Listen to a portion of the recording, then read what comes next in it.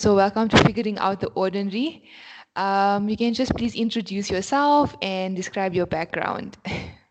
Okay, well, I'm Varushka Labuskachny. I'm a fourth and final year mechatronics engineering student at the University of Cape Town.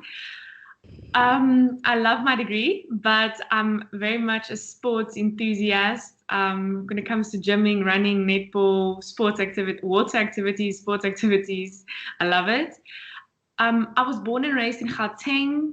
I think I'm a very outgoing person, so my degree was quite the opposite because engineers, you have that very typical view of we are introverts.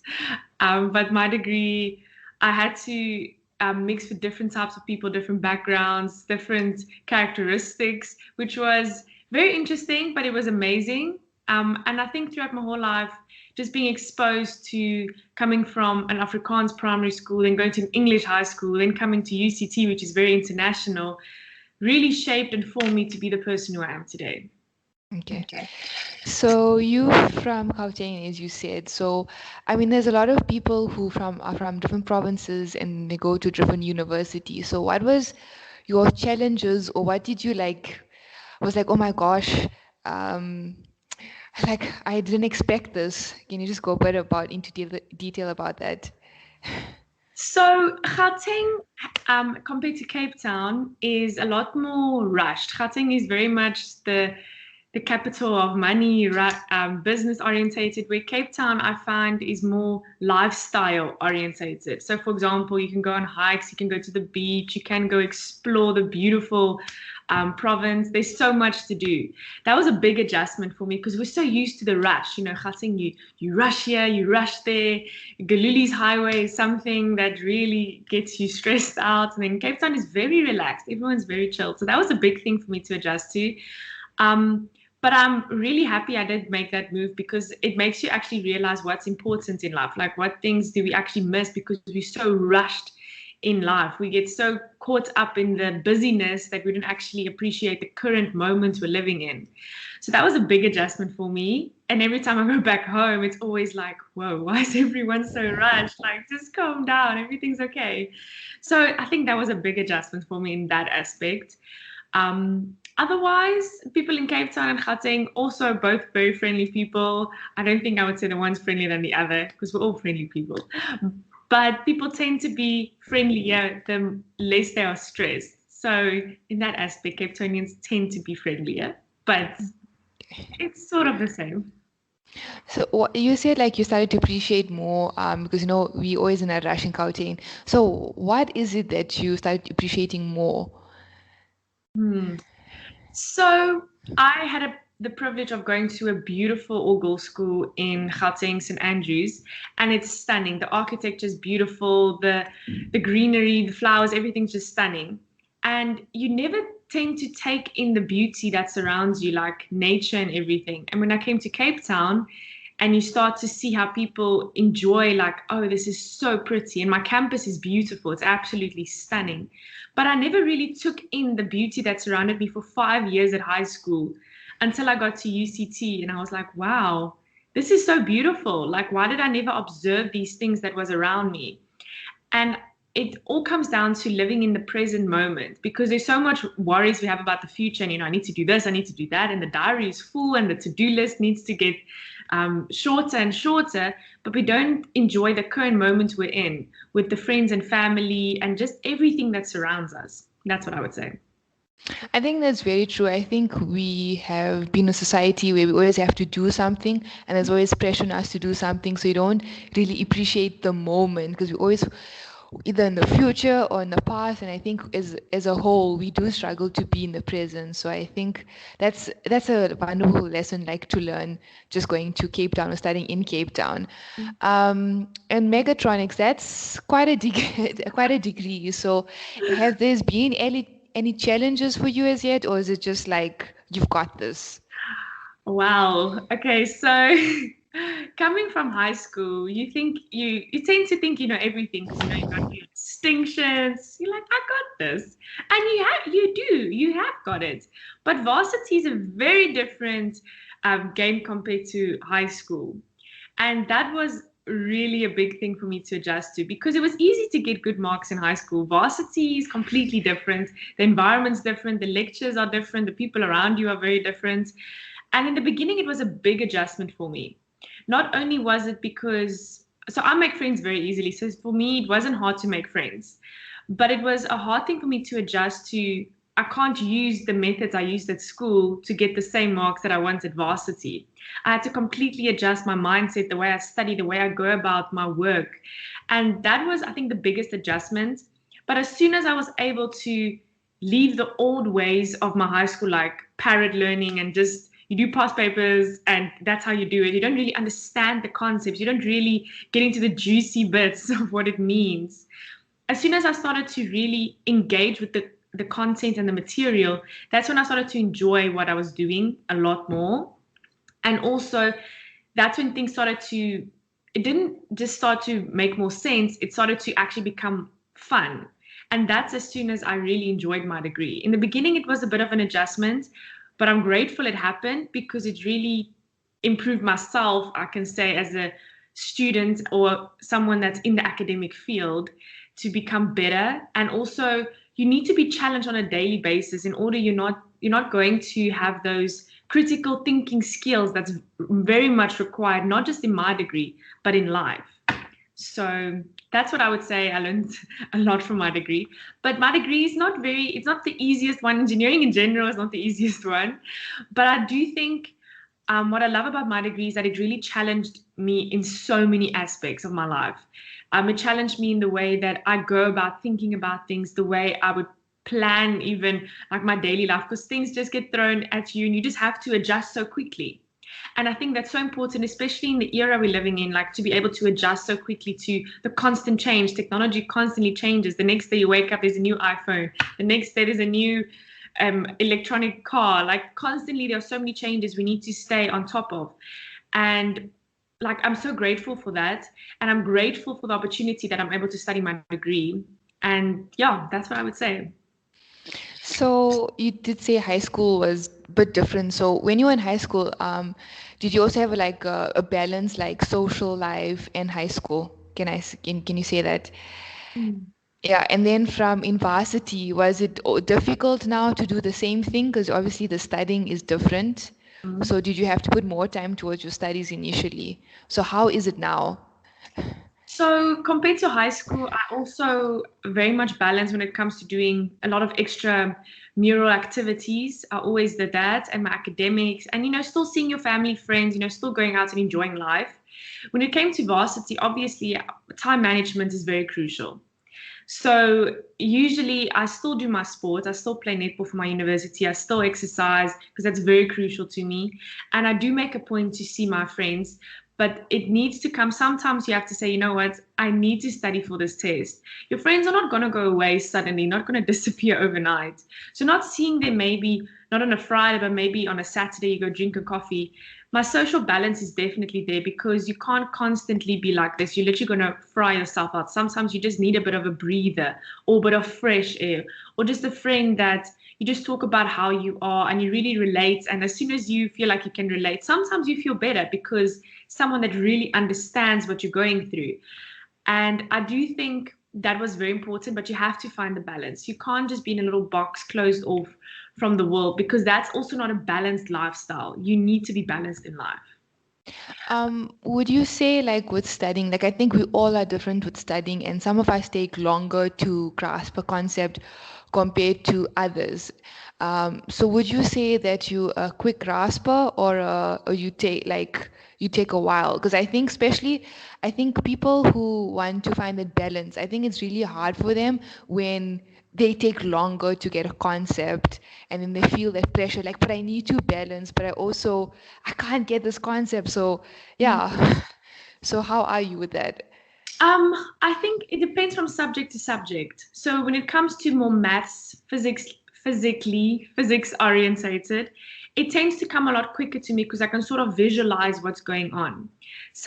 A subject that was really difficult for me to grasp was coding or computer science because I never did coding before I got to varsity. And then we learned so many languages in 1 year. It was very overwhelming. But I tend to grasp concepts quite quickly. I need to say that. But the problem is with me, I need to constantly go over it, or I need to constantly practice it, because there's so much content that you need to constantly absorb like a sponge that you tend to forget something you might have done 4 or 5 days ago. So for me, it's a thing of I can quickly go through something and I'll remember it, but I need to constantly, like the next day, also need to go through it, because or else I'm going to forget it. So that for me, so that's how I study, but also it depends from subject to subject, as I said. Okay. So, final question about your studies is, can you just describe like your routine, like in terms of your study, like how do you schedule your study timetable, the hours, and then your friends? So just to give an idea to whoever's listening, like how they could possibly balance their schedule. Okay, so I'm first going to say what didn't work, and then I'm going to say what did work. So obviously in first year, as I said, I tried to balance this high school way of doing things and not this varsity way of things. So at high school, it was very much like, oh, you get a project, you just work on the project, and your other work just you leave it. And then when a test comes up, you just need to cram and then you ace it. That was typically a high school schedule that I would follow. But then, as soon as I got to varsity, we have a lot of projects. Like easily a week, we will have between 2 to 3 project submissions. And as you go to second, third, and fourth year, the project submissions become a lot more, or the projects become a lot bigger.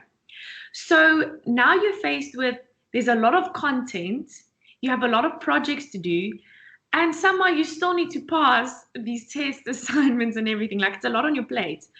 So what I found was, so obviously we have a normal timetable of going to varsity, go to the different classes and everything. But now since it's online, it's very much in my hands, like what I do with it. So to me, where I lacked a lot of time was actually grasping the concepts from my work. I didn't understand anything that was going on. I'm doing a project, but I don't understand because I didn't complete the work. So to me, the most important thing that I would do usually in the mornings till early afternoon, I'll just go through the work for the week. Make sure I fully engage with it. Make sure I fully understand it.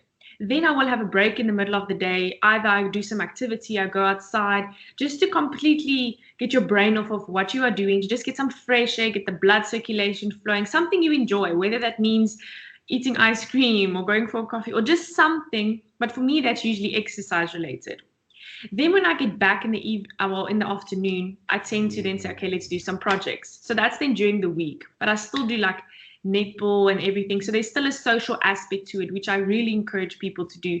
Join a sports club or society, something that forces you in the week to just get out a bit, you know? And then over the weekends, I always aim to at least do one fun activity during the week. Whether that means picking up a friend and we go for coffee somewhere, or whether we go to the beach and we just sit on the beach and just eat an ice cream. But you need to at least do one fun thing that week, or else you get so overwhelmed, you get so stressed.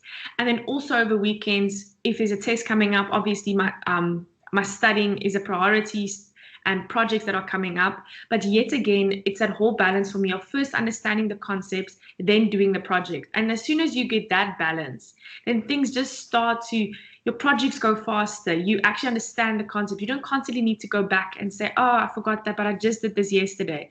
Because constantly you're in that rhythm. And as soon as you have that rhythm established, it just flows so naturally. So that's what I would say.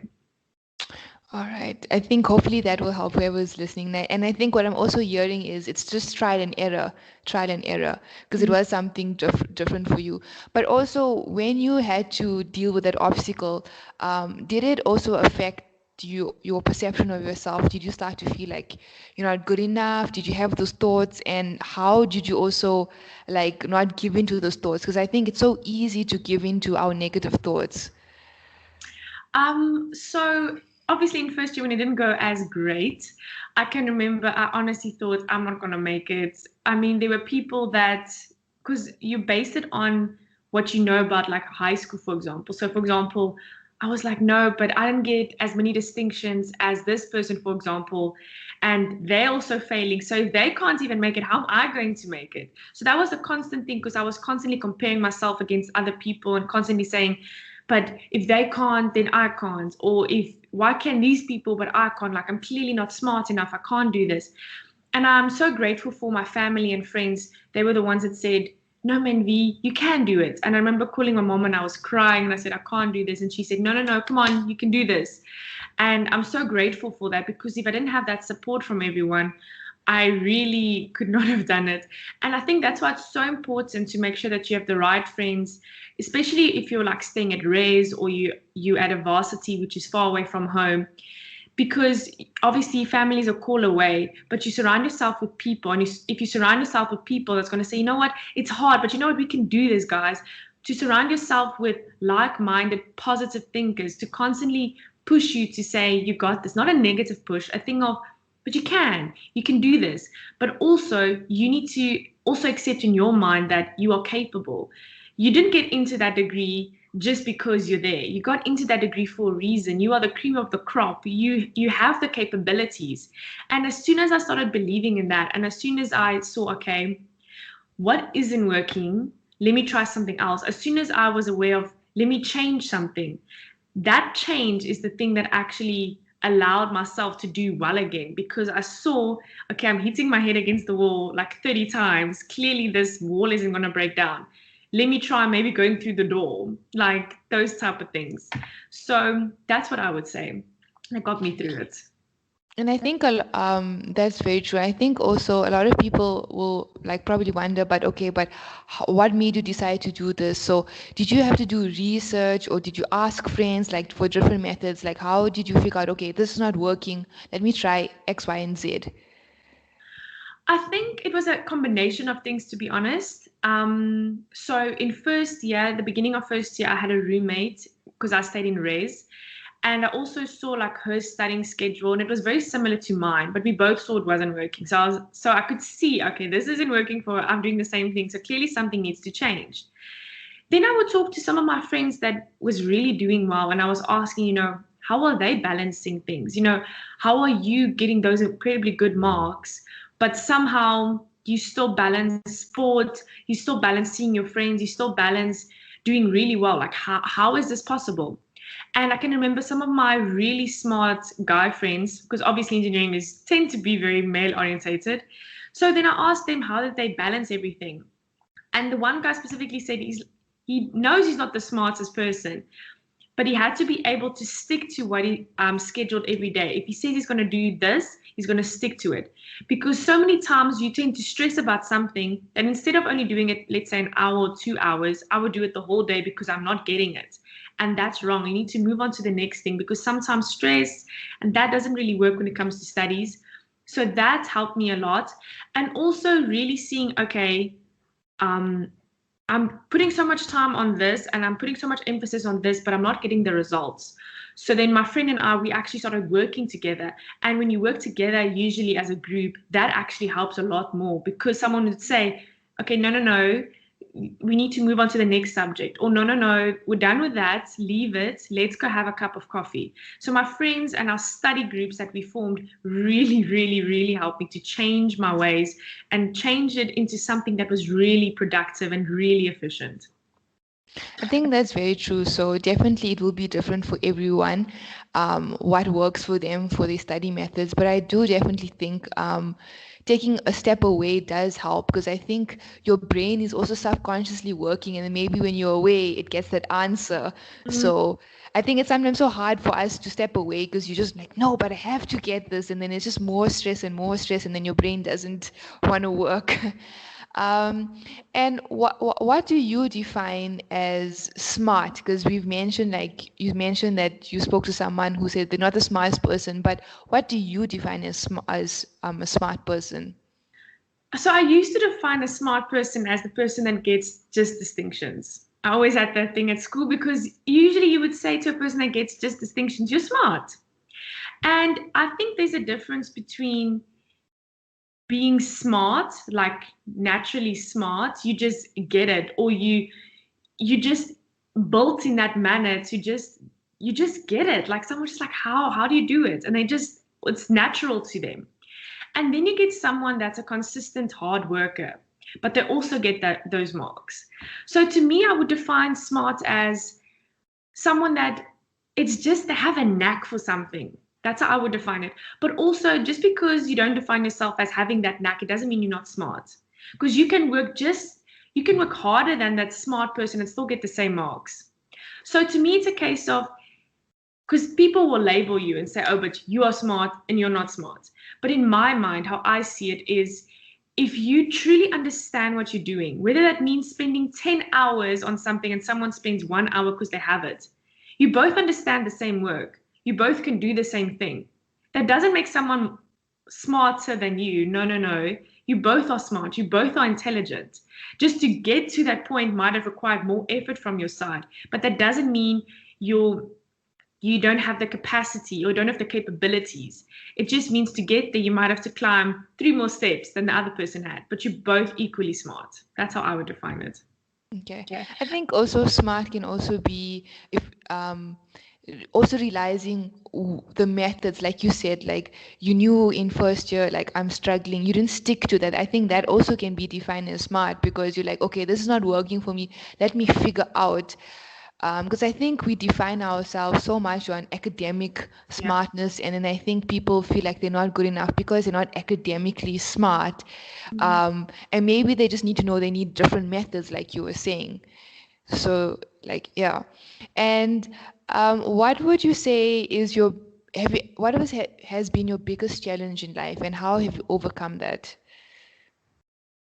My biggest challenge, um, I think on a daily basis, we all have challenges. My Yes. biggest one, I think my biggest one was probably, I think there would be two. The one would be when I had to decide what I want to study, because it sounds very terrible when I say it like this, but it felt to me like a life or death situation. Like you're going to do this the rest of your life, or I'm going to do something which I really, really, really don't like. So to me, it felt like, because I don't like being indecisive. If I say something, I'm going to stick to it. So I really had to think about it and what am I going to study. And at least Tix has the engineering week, so I was able to see all the different types of engineering. And what I initially thought I wanted to do, I was showed that's not quite the degree that I should be studying towards. So that was a very big decision for me, because I actually had to sit down and say, okay, what is this that I actually like? Because the thing is, there are so many different things and so many degrees we don't actually know about. And it's very daunting for a matric student to decide on something. I'm not saying necessarily you do it for your whole life, but to decide on something you possibly could do for your entire life. Like, it's a lot of responsibility in a matric student's hands. So I think that was the first one. The second one, the second biggest challenge, I would say, was being able to convince myself that I'm capable. Because in first year, I did not think I was capable, because you think you're the only one that did so well in high school. Because that's how you feel in high school. You're like the top 5 or 4 students, you can do anything. And then you get to varsity and everyone is the same as you, technically speaking. And in some way, you still have that feeling from high school of you need to stand out, you need to be the top. And that's a lot of pressure on yourself. But I had to be able to tell myself, you know what, you are enough. You can work harder than that other person, and they might have gotten 90%, but you could have worked so much harder and maybe have gotten 60, but that doesn't mean you're not capable. And at the end of the day, you must be able to make peace and say, you know what, I tried my best, I did my best, and I'm happy with that. Because you can't go around comparing yourself like we did in high school, we all did that. You can't go around saying, you know what, I can't do this because this person can, so I can't. You must believe in yourself, and that's the biggest thing. No matter how many motivational speakers you listen to, no matter how many quotes you read, no matter if you don't truly absorb it like a sponge and believe it, you're never, ever, ever going to be able to change that mindset and really believe that you are capable. No, I think that's true. I think there is a lot of struggle where you are from high school. A lot of people I know have experienced that, and then college humbles them, or varsity very humbles them. And I think we are so used to comparing ourselves, and I think also that pressure, like, no, we have to always be the best. And I know you were saying part of it, to get where you are now, was the support from your family. But was there anything else that maybe you listened to or that you did that also helped to change that mindset? So a big thing for me is obviously my belief. And the biggest verse for me is the one that says, I can do everything through Christ who gives me strength. So because my faith is very like I'm very proud of my faith, and a lot of my values and everything's come from there. But that was not just a quote I believed in, not just a quote I read every day, but something I really had to start believing. Because it's very easy to tell someone, oh man, you can do it. But am I saying it like you can do it? Or am I just saying you can do it? Like, am I believing what I'm saying? And to me, what I believed in by saying, I can do everything through Christ, because obviously I'm very big, like, love Jesus Christ. Like, my belief system is very big. I had to start believing what I was saying. And that's something, no matter who you are, if you don't, yet again, if you don't believe what you're saying, if you don't believe in this motto, because everyone has something they stand for in life. If you don't truly believe in it, then you don't really stand for anything. So you need to truly believe in it and believe in yourself, because everything, all your values and everything, those are the things that make you who you are. And when things get tough, you're going to stand on those things and be like, this is the little that I have. I'm going to use it to its full capabilities. And that is something that got me through it, yeah. Okay. And how would you define to someone what does it mean to believe in yourself? Because I think it's also a very abstract word. It is, it is. I think believing in yourself, it really depends on. It's a tricky question now that you actually said. I'm trying to put it in my own words now. Believing, I would say, in general means like having full faith in something, like knowing that, okay, you know the worth of it. So if you say you believe in yourself, then what does it mean? Like, what are you believing in yourself? Are you believing in the fact that you can work hard? Are you believing in the fact that you are capable? Are you believing in the fact that you're placed here for a reason? Are you believing in the fact that this is your purpose? So I think believing in itself comes with so many things. You need to have faith, you need to have trust, but not just in the fact of, life will sort itself out, in the fact that if I believe in myself, I know I'm placed here for a reason. I'm trusting the time I'm in here is meant, and I'm really having faith in what's meant to happen will happen. And I think that's what it really means to say, I believe in myself because I am meant to be here. I must trust that whatever caused me to be here is going to be able to say, you know what, I'm fulfilling my destiny, I'm fulfilling my purpose. And that's what I think believing in yourself means. Okay. And then you did mention before that you're good at making friends. So for people who are not good at making friends who will listen to this, like any tips, or like how is it that you approach someone and just make friends? So just a funny story quickly. In first year, so obviously my name's Varushka. Not everyone tends to remember that. So in first year, I always used to say, hi, my name's Varushka, but you can call me V. I always used to say that, and all my friends at varsity can remember that.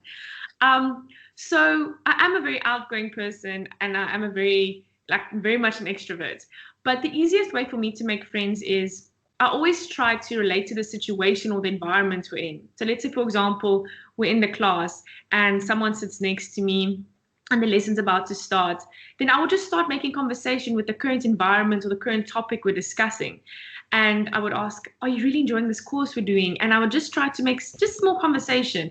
But then from there, I try to find out more about the person, and then you can try to relate and just try to know more about this person, try to find out who they really are.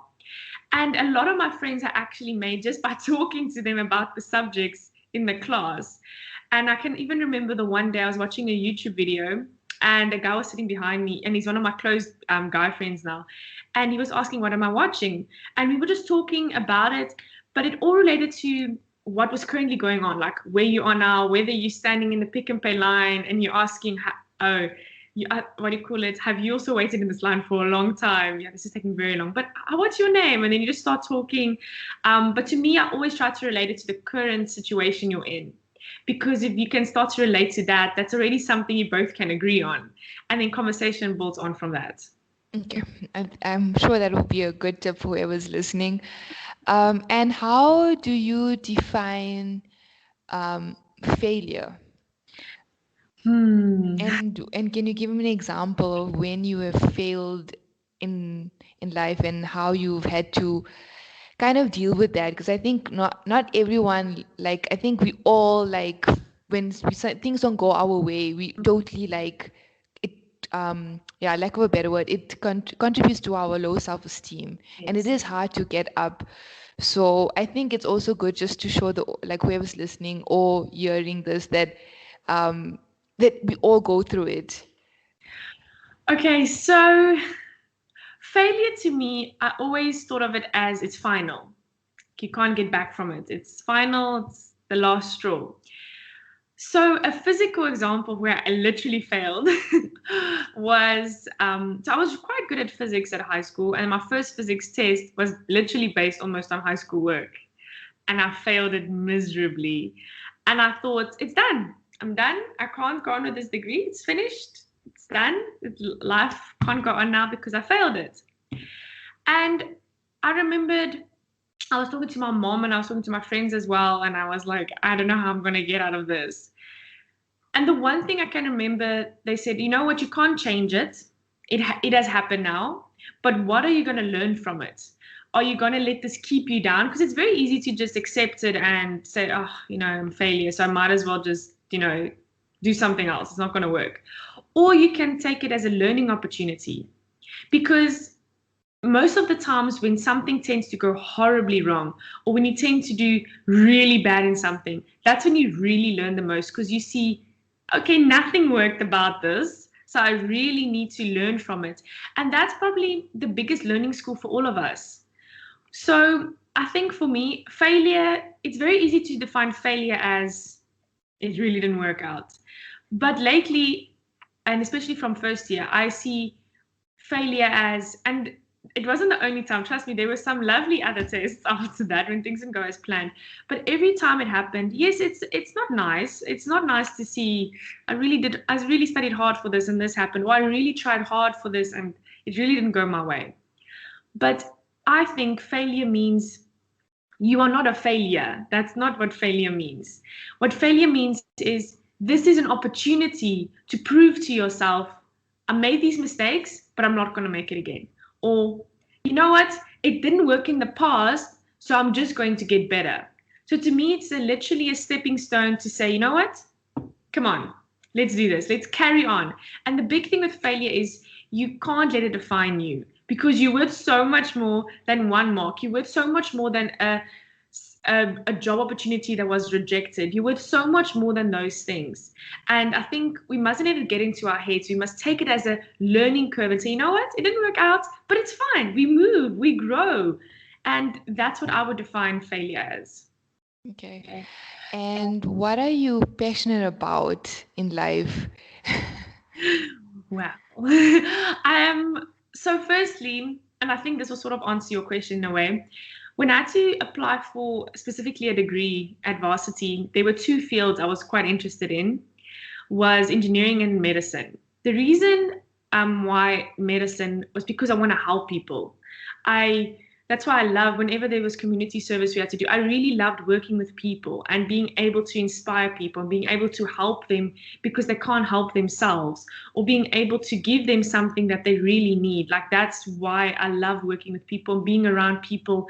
And I think that also contributes to a factor why I'm a big extrovert, because I just want to know more about people, you know. And why I chose engineering was because I can't see myself putting in a drip or cutting someone open. Like, that's really the main reason why I was like, no medicine. But I still want to use my degree to go into a medical field, but not operating on them, like building prosthetics for people that don't have arms or legs, or building nerve stimulators that maybe helps to activate a nerve in someone's arm or leg or something that can be useful, something that can impact someone's life, still make a change.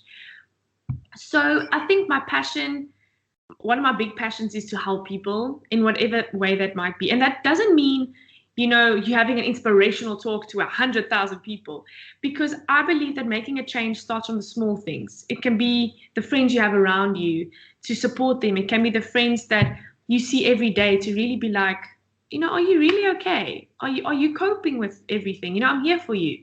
To just really reach out to the people closest to you, because from there, you won't believe the ripple effect that things have. Because now this person said, you know what, today I heard something really profound. And then that carries over to the next person. And before you know it, you've actually influenced so many people without even thinking about talking to some of those individuals.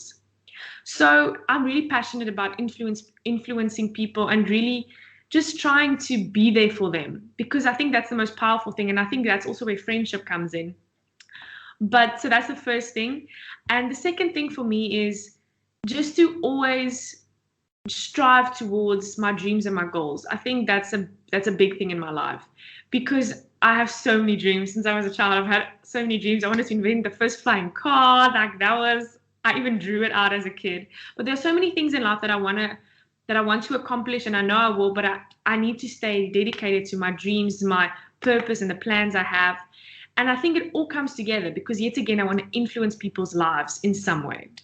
I think I really agree with you. Like, you don't have to like be like a motivational speaker to influence people.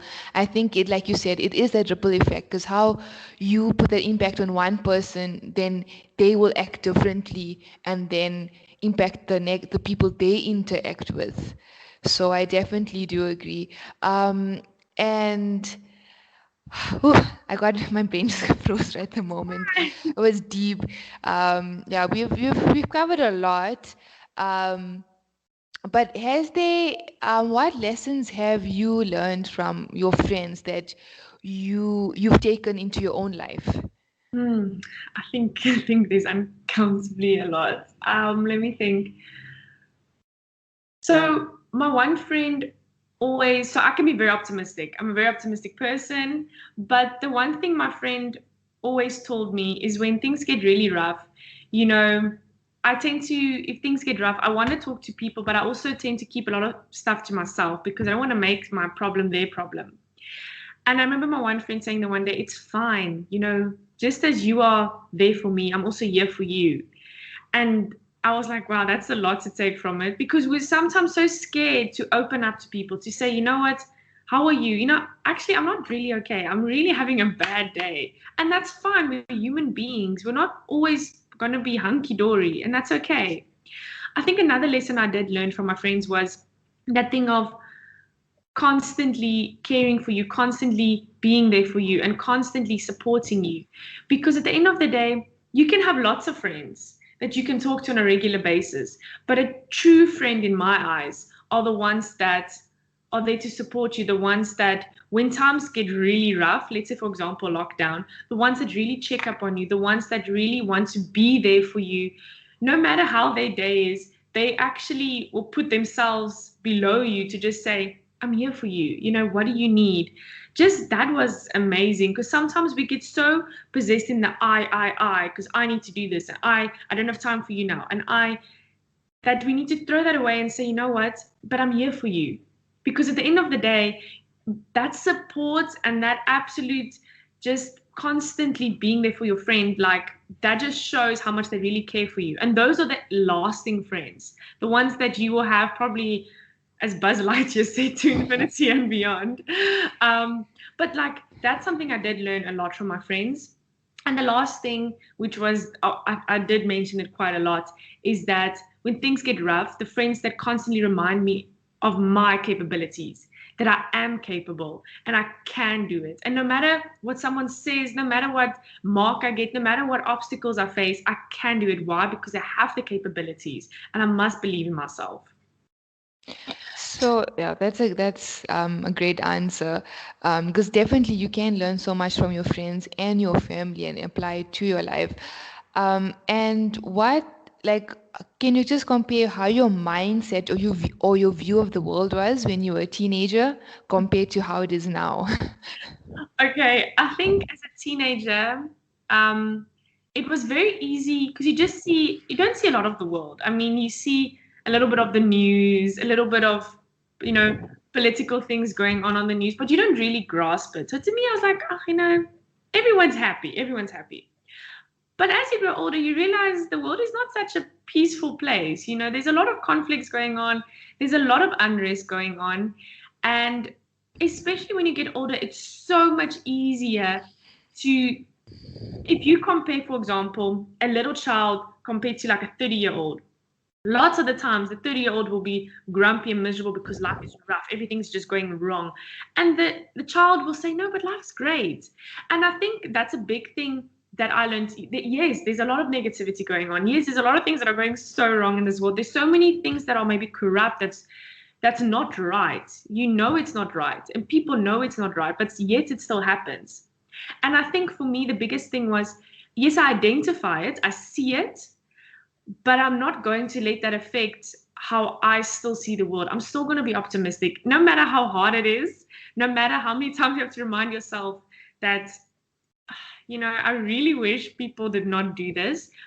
You know what? There's still good out there. No matter how little it might seem, even if 99% of the world is evil and 1% is good, that 1% is not evil. And that is literally what you can hope for. And I think if everyone has that optimistic view of, you know what, everything's going to be okay, and just keep on believing in the good in people, sometimes it actually brings out the good in people by just having that positive view. And by you having a positive view can impact the next person. And yet again, as I said, the ripple effect, like that's a massive thing. So as a child, I didn't always want to identify or see these negative things happen. But as an adult, yes, you see it because you have a sound mind and you know, okay, this isn't right. But what you do with that information is up to you. You can either be depressed and you can be negative and just see life as being terrible, or you can say, you know what, I see it, but that's not going to affect my outlook on life. I'm still going to be positive. I'm still going to say there's good in the world because there is good in the world. Yeah, I think there definitely is a lot of good. I mean, yes, there is bad, but I think because we focus on the bad on social media and the news, we are going to see that we will think that there's more bad. I think we don't even know, there possibly might be more good in the world, but because it's not really advertised a lot compared to what's the bad that's happening, we don't know. And like you said, like everyone, whether they're famous or not, or motivational speaker or not, they still doing some good, even if it's like a small, if like ripple effect, as you Mm. said. No, and it definitely can be, I think, hard to keep that optimism when you just keep on seeing everything that's going wrong.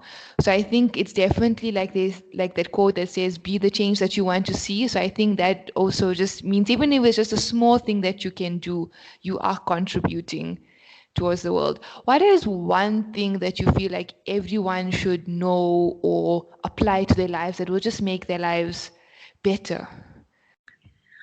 Okay, I think it is something I've iterated quite a lot, but this is something I definitely believe in, that no matter what the circumstances, no matter, literally everyone can be against you, like your closest friends, family, whatever, your lecturer, your studies, everything can be against you, but you are capable. That is something that I really want to emphasize, because we let our identity be broken down by things. Easily we just absorb what we hear, and easily we just take the negativity without really filtering it out and saying, there's good. So just knowing that you're capable, doesn't matter if you have to take 10 years to do a 4-year degree, so be it. But at the end of the day, you are still capable. So it doesn't matter whether this person takes this long. It doesn't matter if this person reaches success at 23 years old and you reach it only at 48 years old. You are still capable. So to me, it's a thing of, don't compare yourself to anyone, because we're not the same. We're not going to all reach the same peak, or not even, maybe your peak's different to my peak in life. And what you find to do, that's your purpose, it's not the same as mine. And that's completely fine. But that doesn't mean I'm any less capable compared to you. So to me, one thing I really, really, really would like to emphasize is that we are all capable, and to constantly believe in yourself, because you are worth so much and you are able to do it, but you need to believe it yet again. And if you can change your mindset of believing all the negativity that surrounds us to being positive and saying, you know what? I know there's so much negativity, but I'm not going to focus on it. I'm going to focus on that 1% of that glimmering hope. Because just you believing that can really impact so many people to say, how do they do it? Like, how is this possible? And that can inspire so many people. And just out of my personal life, I know I have a lot of guy friends, yes, again, as I said, because engineering is mainly male dominated. just by being positive. A lot of them over the years have said, you know, just by me being positive, have actually influenced them to say, you know what, it's going to be okay. V has a smile on her face, so it's going to be fine. You know, those type of things. And to me, I always thought I'm not making like an impact, but to just hear that coming from them, I was like, wow, okay. So just believe in yourself and you are capable. Okay, so I just want to break down what you said. So there's three questions from there. So the first one is what, like you said, quite a bit that you want to help people. What is it that inspires you or makes you want to help people? And the two questions are interrelated. Mm. How do you define identity and worth? Okay, asking these deep questions. Okay, let me see. So the first one you asked about why do I want to help people? Okay, I think it has probably to start with just looking at our world. There's so many people, I always think about this. So many people have the potential, but they don't always get maybe the opportunity to do it. Like, for example, if I just think about sport, you can have an incredible netball player or rugby player, but because they never maybe did the sport or they never had a chance to maybe play the sport, they were never able to really show what their talent is. And that really makes me so sad because everyone has talent and everyone has the ability to do something really well. And I always think of if I'm just able to help these people, no matter how big or small, just to be able to say, you know what, go for it. You can do it. Just to believe in them, they'll start believing in themselves. And no matter what, because we place a lot of limitations on ourselves as people. And we tell ourselves, no, we can't do this. We can't do that. And a lot of people that are in a very like underprivileged situation, they have more limitations on them, not just because of themselves, but because people say, but you can't do it. I mean, come on, look at your background, those type of things. And just by being able to help them, whether that means saying, you know what, here's something for you to eat, or here's a financial donation, or just saying, you know what, I believe in you. Just even that, just a word of hope, a word of encouragement, that's also helping people. So I think that's why I want to help people, because we all have hidden talents. And sometimes you just need a little push from someone to say, go for it. You got this. And then also physically helping people. That's why I want to do biomedical, because I physically can help people that need actual help. So that's pretty cool. Okay, then the other two you were asking, what would I identify as identity and then worth? Yeah, define, yes. Okay, so identity. So identity, literally, how I would see it is like my ID card. It's literally who I am. It says my name, it says my date of birth, it says who I am. So your identity is not defined by what I say about you. Because I can say a lot of good things. I can say, oh, yeah, he's beautiful. I can say all these things. But my identity is based on what I believe about myself. If I believe, you know, I'm loved, I'm accepted, I have the capabilities, those are the things that I identify as Varishka. Those are the things that I label myself as. That's what I would see identity as. And that's why it's so crucial to know who you are, because so many people will say, no, but you can't do it. No, but you're stupid. No, but they will say all these negative things. But if you know what your identity is, and this also relates back to my belief, because it also is like my belief, I believe that I'm loved, I'm accepted, all of those things, it all comes from me from there. So what your religion is, what's your background, your culture, it all shapes your identity and technically what you label yourself as. Your worth, however, so if you think about worth, I would literally think about a product and it has a cost. So let's say you have a tin of tuna and you said costs 10 Rand. That's technically what I would say it's worth. Or let's say a golden ring, what is it worth? Okay, 10,000 Rand. So I think there's, in my eyes, I would say someone would say, oh, but you know, that person, they're really worth it. You know, the situation's really worth it, you know? So I think a lot of the time we let our worth be dependent yet again on what people deem as acceptable, what people deem as good in a person. Oh, you have a degree, you're worth it. You're not worth it because you don't have a degree. Those type of things. So and I know myself, I tend to let a lot of things define my worth. And I don't think that's what it should be. You know, your identity and your worth are very much interlinked, what I would say, because if you know that you can do it. You know that you are accepted. You know that you're beautiful. Your worth is going to be steadfast on, you know what? Doesn't matter what you say. That doesn't break down what I'm worth. Because at the end of the day, if you think about 100 Rand notes, whether you crumble that 100 Rand note, whether you literally sit on it, you stamp on it, it's still going to be 100 Rand note. And that's with all of us in life. We are like that 100 Rand note. Yes, it's going to be tough opportunities and things that happen that crumbles you up, and people are going to walk over you literally. People are going to sit on you. No, hopefully not literally. Things are not going to be easy, but that doesn't change your worth. And that's what I would say. You should know what your 100 Rand knows that it's 100 Rand. And no matter what happens to it, it's still 100 Rand. So if I have to relate that to myself, I know who I am. I know what my identity is. And no matter what happens, I'm still going to believe, but I'm Rishka. I'm worth it. I'm not going to be changed because of what you said or because of what society says I am. But I know I'm worth it.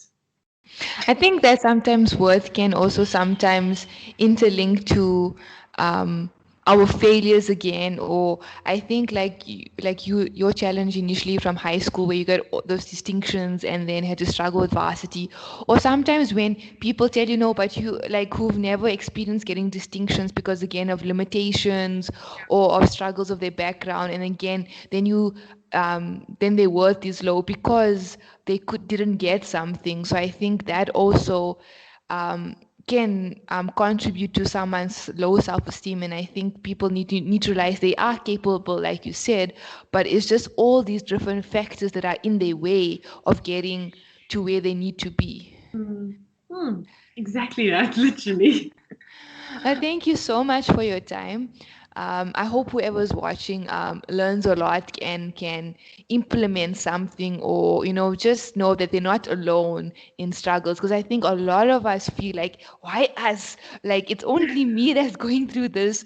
So I just hopefully whoever's watching this can just feel that they're not alone. So thank you so much again for your time and for your brilliant answers. I'm glad I was of use. And thank you so much for asking to interview me. It's a great honor. Is there anything else that you just want to say before we end the conversation?